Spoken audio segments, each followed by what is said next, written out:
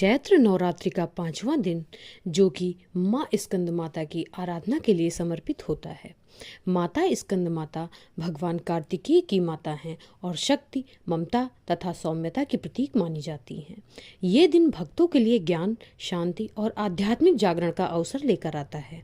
भक्तगण इस दिन व्रत रखते हैं, माता के इस दिव्य स्वरूप की श्रद्धापूर्वक पूजा अर्चना करते हैं और उनसे सुख समृद्धि की प्रार्थना करते हैं। चैत्र नवरात्रि के 5वें दिन माँ दुर्गा के स्कंद माता स्वरूप की पूजा की जाती है। माँ स्कंद माता शक्ति, मातृत्व और करुणा के प्रतीक हैं। इन्हें भगवान कार्तिकेय, जिन्हें स्कंद कुमार भी कहा जाता है, उनकी माता के रूप में पूजा जाता है। इनका स्वरूप अत्यंत ही दिव्य और तेजस्वी है। माता कमल के आसन पर विराजमान रहती हैं। इस नाते इन्हें पद्मासना भी कहा जाता है। इनकी 4 भुजाएं हैं, जिनमें से 2 में कमल का फूल सुशोभित है। एक भुजा अभय एवं वरद मुद्रा में उठी हुई है, जिससे वे भक्तों को आशीर्वाद प्रदान करती हैं, जबकि दूसरी भुजा से अपनी गोद में बैठे पुत्र कार्तिकेय को पकड़ा हुआ है। माँ स्कंद माता की पूजा करने से साधक को शांति और मोक्ष की प्राप्ति होती है। ऐसा माना जाता है कि इनकी कृपा से भक्तों की सभी मनोकामनाएं पूर्ण होती हैं और जीवन में सुख शांति बनी रहती है। इनकी उपासना से विशेष रूप से व्यक्ति की ज्ञान और बुद्धि का विकास होता है, जिससे मनुष्य प्रत्येक क्षेत्र में सफलता प्राप्त कर सकता है। पौराणिक कथा के अनुसार माता सती द्वारा अपना देह त्यागने के बाद भगवान शिव ने स्वयं को सांसारिक बंधनों से दूर कर लिया था और एक तपस्वी के रूप में तपस्या करने चले गए। इसी दौरान तारकासुर और शूरपद्मनम नाम के 2 राक्षसों ने देवताओं पर हमला कर दिया। उस समय देवताओं की मदद करने के लिए कोई नहीं था। तारकासुर और शूरपद्मनम नाम के दोनों राक्षसों को भगवान ब्रह्मा द्वारा ये वरदान प्राप्त था कि उनका अंत भगवान शिव की संतान ही करेगी। उन दोनों राक्षसों के अत्याचारों को देख देवतागण भी चिंतित थे।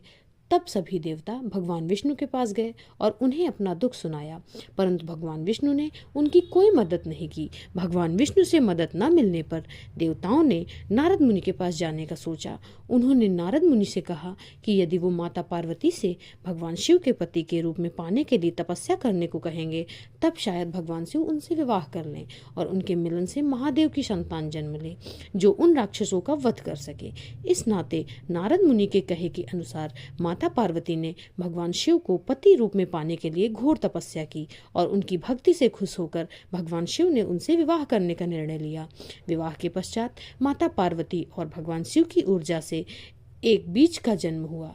बीज के अत्यधिक गर्म होने के कारण उसे अग्निदेव को शर्वाना नदी में सुरक्षित रखने के लिए सौंपा दिया गया।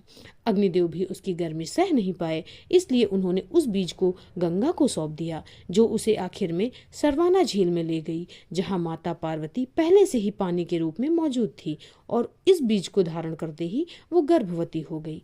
कुछ समय पश्चात भगवान कार्तिकेय ने अपने 6 मुखों के साथ जन्म लिया। भगवान कार्तिकेय के जन्म के बाद उन्हें तारकासुर और शूरपद्मनम का विनाश करने के लिए तैयार किया गया।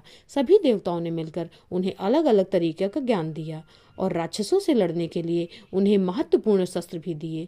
आखिर में भगवान कार्तिकेय ने सभी राक्षसों का वध कर दिया। यही कारण है कि माँ दुर्गा को स्कंद माता के रूप में पूजा जाता है। नवरात्रि के 5वें दिन माँ स्कंद माता की पूजा के लिए सुबह जल्दी उठकर स्नान करें, पीले वस्त्र पहने, देवी की प्रतिमा या फोटो पर गंगा जल छिड़कें, रोली कुमकुम लगाएं, पुष्प, फल और केले का भोग लगाएं, मंत्रों का जाप करें और आरती करें। चैत्र नवरात्रि के 5वें दिन आप माँ स्कंद माता के इन सिद्ध मंत्रों का जाप कर सकते हैं। ओम ऐं ह्रीं क्लीं स्कंद माताय नमः। या देवी सर्वभूतेषु माँ स्कंद माता रूपेण संस्थिता, नमस्तस्यै नमस्तस्यै नमस्तस्यै नमो नमः। धार्मिक मान्यताओं के अनुसार माँ स्कंद माता की पूजा के दौरान सफ़ेद और पीले रंग के वस्त्र धारण करना उचित माना जाता है। सफ़ेद और पीला रंग माँ स्कंद माता को प्रिय है।